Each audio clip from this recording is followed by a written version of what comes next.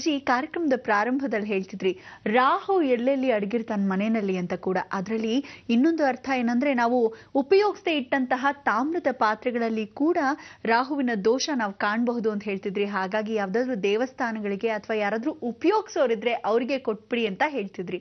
ಮುಂದೆ ಗುರುಜಿ, ಇವತ್ತಿನ ದಿವಸ ವೀಕ್ಷಕರೇ, ಪ್ರತಿಯೊಬ್ಬರಿಗೂ ಹೇಳ್ತಾ ಇದ್ದೀನಿ ಕೇಳಿ. ಜೀವನದಲ್ಲಿ ಪ್ರತಿಯೊಬ್ಬ ಮನುಷ್ಯನೂ ಮುಂದೆ ಬರ್ತಕ್ಕಂಥ ಅವಕಾಶ ಇದೆ. ಅದೇ ರೀತಿಯಾಗಿ ಪಾಪಕರ್ಮಗಳು ತೊಳ್ಕೊಳ್ಳೋ ಅವಕಾಶವೂ ಇದೆ. ಪ್ರತಿಯೊಬ್ಬನ ಪಾಪಕರ್ಮಗಳನ್ನ ತೊಳ್ಕೊಳ್ಳೋಕ್ಕೆ ಜೀವನದಲ್ಲಿ ನೀವುಗಳು ಸ್ವಲ್ಪ ಸ್ಟೆಪ್ಸ್ ತೊಗೋಬೇಕು. ಪ್ರತಿಯೊಬ್ಬರು ಒಂದು ಹೆಜ್ಜೆ ಮೇಲೆ ಹೆಜ್ಜೆ ಮನೆಯಲ್ಲಿ ದೋಷಗಳನ್ನ ಕಳ್ಕೋಬೇಕು. ಯಾವ ರೀತಿ ಅಂತ ಹೇಳಿದೆ, ಹಳೆಯ ಬಟ್ಟೆಗಳು, ವಿಶೇಷವಾಗಿರ್ತಕ್ಕಂಥ ಪಾತ್ರೆಗಳು, ಯಾವ ರೀತಿಯ ಪಾತ್ರೆಗಳು, ಹಿತ್ತಾಳಿ, ತಾಮ್ರ, ಕಂಚು, ದಾಂಡವಾಳ, ಸೀಸ, ಈ ಥರದ ಪಾತ್ರೆಗಳು. ಈ ಥರ ಪಾತ್ರೆಗಳು ಉಪಯೋಗಿಸದೇ ಇದ್ದಷ್ಟು ಯಾವ ಗ್ರಹಗಳ ದೋಷ ಅಂತ ನಿನ್ನೆ ದಿವಸ ಹೇಳಿದ ಹಾಗೆ, ಇವತ್ತಿನ ದಿವಸದ ಪಾತ್ರೆ ಪದಾರ್ಥಗಳನ್ನು ಅಕಸ್ಮಾತ್ ಇದ್ದರೆ ದಾನವಾಗಿ ಕೊಡಬೇಕು ಅಂತ ಹೇಳುತ್ತೆ. ಇದನ್ನು ದಾನವಾಗಿ ಕೊಡೋ ಹಾಗೆ ಅಂದರೆ, ಉಪಯೋಗ ಆಗದೇ ಇರತಕ್ಕಂಥ ಪಾತ್ರೆಗಳೇನಿರುತ್ತೆ ನಿಮ್ಮ ಮನೇಲಿ, ಸಾಧಾರಣವಾಗಿ ಪ್ರತಿ 6 ತಿಂಗಳಿಗೊಮ್ಮೆ ಆದರೂ ದಿನಾ ಯೂಸ್ ಮಾಡೋಕ್ಕಾಗತ್ತೇನ್ರಿ ಹಿತ್ತಾಳಿ ಪಾತ್ರೆಗಳು, ಆ ಕಾಲದಲ್ಲಿ ಅಡುಗೆ ಮಾಡ್ತಾ ಇದ್ವಿ, ಅದನ್ನೆಲ್ಲ ಈಗೆಲ್ಲ ದಿನಾ ಉಪಯೋಗಿಸೋಕ್ಕಾಗಲ್ಲ, ನಾವುಗಳೆಲ್ಲ ಬೇಕಾದಷ್ಟು ಪಾತ್ರೆಗಳು ತೊಗೊಂಬಿಟ್ಟಿದ್ವಿ, ಬೇಡ ಅಂದಾಗ ಏನು ಮಾಡಬೇಕು, ಇಲ್ಲ ನಮ್ಮ ತಾತನ ಕಾಲದಂತ ವ್ಯಾಮೋಹ ಅಕಸ್ಮಾತ್ ಇದ್ದರೆ ಕನಿಷ್ಠ ಪಕ್ಷ 6 ತಿಂಗಳಿಗೊಂದ್ಸಲಿ ಗೆಟ್ ಟುಗೆದರ್ ಅಂತ ಮಾಡಿದಾಗಲೋ ಅಥವಾ ಸುಮ್ಮನೆ ನೀರು ತುಂಬಿಸ್ಕೊಂಡಾದರೂ ಸರಿ, ಆ ಹಬ್ಬ ಆಚರಣೆಗಳಿದ್ದಾಗಾದರೂ ಸರಿ ಅದನ್ನು ಉಪಯೋಗಿಸಿ ತದನಂತರ ಮತ್ತೆ ತಿರುಗಿ ಎತ್ತಿಟ್ಬಿಟ್ರೆ ಎಲ್ಲೋ ಉಪಯೋಗಿಸ್ದಂಗಾದರೂ ಆಗುತ್ತೆ. ಅಕಸ್ಮಾತ್ ನಿಮಗೆ ಬೇಡದೇ ಇದ್ದ ಪಕ್ಷದಲ್ಲಿ ಅದು ಉಪಯೋಗ ಆಗದೇ ಇರೋಂಥ ಪಾತ್ರೆಗಳಿದ್ರೆ ಖಂಡಿತ ಕರಗಿಸ್ಬಿಡಿ. ತೂತುಗಳಾಗಿದ್ದರೆ ಅಥವಾ ಕಲಾಯ ಮಾಡದೇ ಇದ್ದರೆ ಅಥವಾ ಭಿನ್ನವಾಗಿ ಮುರಿದೋಗಿದ್ರೆ ಇಂಥದ್ದೆಲ್ಲ ದೂರ ತಳ್ಳಿಬಿಡಿ.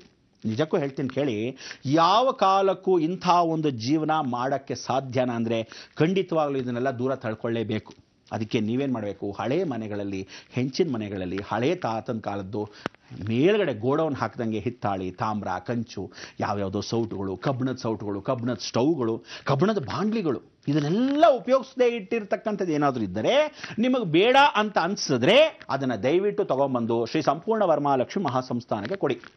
ಈಗಲೇ ಹೇಳ್ತಾ ಇದ್ದೀನಿ ವೀಕ್ಷಕರೇ, ನೀವು ಅಲ್ಲಿ ಇಲ್ಲಿ ಕೊಡೋದು ಬೇಕಾಗಿಲ್ಲ. ಭಿಕ್ಷಾನ್ ದೇಹಿ ಚ ಪಾರ್ವತಿ ಅಂತ ಹೇಳಿದಾಗ ಪರಮೇಶ್ವರನೇ ಭಿಕ್ಷೆ ಬೇಡದ ಹಾಗೆ ನಾನೇ ಸ್ವತಃ ಭಿಕ್ಷೆ ಬೇಡ್ತೇನೆ ಕೇಳಿ. ಎಲ್ಲಿ ಇಲ್ವೋ ಆ ಸ್ಥಳಕ್ಕೆ ಕೊಡಬೇಕು. ಅದಕ್ಕೋಸ್ಕರ ಭಿಕ್ಷೆಯನ್ನು ಬೇಡಿರ್ತಕ್ಕಂಥ ಮುಂದಿನ ದೇವಸ್ಥಾನ, ಕೊನೆ ದೇವಾಲಯ ನಿರ್ಮಾಣ ಕಾರ್ಯ ಲೋಕಾರ್ಥವಾಗಿ ಮಾಡ್ತಕ್ಕಂಥ ಈ ಒಂದು ದೇವಾಲಯದಲ್ಲಿ ಜಗನ್ಮಾತೆ ಭೂಸ್ಪರ್ಶವಾಗ್ತಾಳೆ. ಇವತ್ತಿನ ದಿವಸ ನೋಡಿ, ನಾನು ಹೇಳಿದ್ದೆಲ್ಲ ಸತ್ಯ ಅನ್ನೋದಕ್ಕೆ ಇವತ್ತಿನ ದಿವಸ ಎಷ್ಟು ಬಿರುಗಾಳಿ ಬಂದು ಎಷ್ಟೋ ವಿದೇಶದಿಂದ, ಪಶ್ಚಿಮ ದೇಶದಿಂದ ಮುಳುಗ್ತಾ ಹೋಗ್ತಿದೆ ಬಿರುಗಾಳಿಯಲ್ಲಿ. ಎಷ್ಟು ಜನ ಇವತ್ತಿನ ದಿವಸ ಬಾಂಬೆ, ಉಡುಪಿ, ಮಂಗಳೂರು ನೀರಲ್ಲಿ ಫಸ್ಟ್ ಕ್ಲಾಸಾಗಿ ತೇಲ್ತಾ ಶುರು ಮಾಡ್ತಾ ಇದ್ದಾರೆ. ಇನ್ನೂ ಇದೆ ಮುಂದಿಗೆ ಮುಸಲ್ ಪಂಡಗ ಅಂತ ಇನ್ನಷ್ಟು ಆಗುತ್ತೆ ಅನಾಹುತಗಳು. ಕರೆಂಟ್ ಹೋಗೋಕ್ಕೆ ಕೇವಲ ಕೆಲವೇ ತಿಂಗಳುಗಳು ಬಂದೇ ಬಿಡ್ತು. ಅದಕ್ಕೆ ಹೇಳೋದು, ಈಗಲಾದರೂ ಎಚ್ಚರಿಸ್ಕೊಂಡು ಕಣ್ಣನ್ನು ಬಿಟ್ಟು, ಭಗವಂತ ನೀನೊಬ್ಬನೇ ಇದೆಯಾ, ಸತ್ಯವಾಗಿ ನಡೀತಕ್ಕಂಥ ಪ್ರತಿಯೊಬ್ಬನಿಗೂ ಯಾವತ್ತು ದೇವರ ಚೈತನ್ಯ ಕೊಡ್ತಾನೋ ಆ ದಿನ ನಿಜವಾಗ್ಲೂ ಪರಿವರ್ತನೆ ಆಗತ್ತೆ. ಇಲ್ಲದಿದ್ದರೆ ಎಲ್ಲರ ಸರ್ವನಾಶ ಗ್ಯಾರಂಟಿ. ಅದಕ್ಕೋಸ್ಕರ ಪ್ರತಿಯೊಬ್ಬ ಮನುಷ್ಯನು ಜೀವನದಲ್ಲಿ ತಿಳ್ಕೊಳ್ಳಿ, ಮನೆಯನ್ನು ಶುಚಿರ್ಭೂತ ಮಾಡಬೇಕಂದ್ರೆ ಮನೆ ಹಳೆಯ ವಿಗ್ರಹಗಳು ಒಂದೊಂದಾಗಿ ಇಟ್ಕೋಬೇಕು. ಹಳೆಯದಾಗಿರ್ತಕ್ಕಂಥ ಪಾತ್ರೆಗಳು, ಹಳೆಯದಾಗಿ ಏಕಾಂತವಾಗಿರ್ತಕ್ಕಂಥದ್ದು ಸ್ವಲ್ಪ ಎಲ್ಲ ಇಟ್ಕೋಬೇಕು. ಇಷ್ಟು ಮಾಡಿಕೊಂಡ್ರೆ ಪರಿಪೂರ್ಣ ಅನುಗ್ರಹ. ತದನಂತರ ಪಾತ್ರೆಗಳ ನಂತರ ಏನು ಮಾಡಬೇಕು, ಬಟ್ಟೆಗಳಿಗೆ ಬರಬೇಕು. ಆ ಬಟ್ಟೆಗಳು ಎಷ್ಟೋ ರೀತಿಯಾದ ಬಟ್ಟೆಗಳನ್ನು, ಬೇಡದೇ ಇರತಕ್ಕಂಥ ಸೀರೆಗಳನ್ನ, ಉಪಯೋಗಿಸದೇ ಇರತಕ್ಕಂಥ ಪ್ಯಾಂಟು ಶರ್ಟು ಬಟ್ಟೆಗಳನ್ನು ಎಷ್ಟೋ ಜನ ಹಾಕಿರ್ತಕ್ಕಂಥದ್ದು ಹಾಗೆ ಇದೆ. ನಿಮ್ಗಾಗಲಿಲ್ವಾ, ಬಡವರು ಕೊಟ್ಬಿಡಿ, 4 ಜನಕ್ಕೆ ಹಂಚಿ. ಬೇಡದೇ ಇರತಕ್ಕಂಥದ್ದು ಬೇಕಾದವರು ಎಷ್ಟೋ ಜನ ಹೊರಗಡೆ ಕಾಯ್ತಾ ಇದ್ದಾರೆ, ಬಟ್ಟೆಗಳಿಲ್ಲದೆ, ರಗ್ಗಳಿಲ್ಲದೆ, ಬಶೀಟ್ಗಳಿಲ್ಲದೆ, ಅಂಥವ್ರಿಗೋಗಿ ಹಂಚ್ಬಿಡಿ. ಉಪಯೋಗಿಸದೇ ಇರತಕ್ಕಂಥದ್ರಲ್ಲೇ ಮನೆಯಲ್ಲಿ ದೊಡ್ಡದೊಂದು ವಿಶೇಷವಾಗಿರ್ತಕ್ಕಂಥ ವಿಚಾರ ಇದೆ. ಏನದು ಅಂದರೆ ಆ ದೋಷಗಳನ್ನ ಕಳ್ಕೊಳ್ಳೋಕ್ಕಾಗದೇ ಇರೋಷ್ಟು ವಿಚಾರ.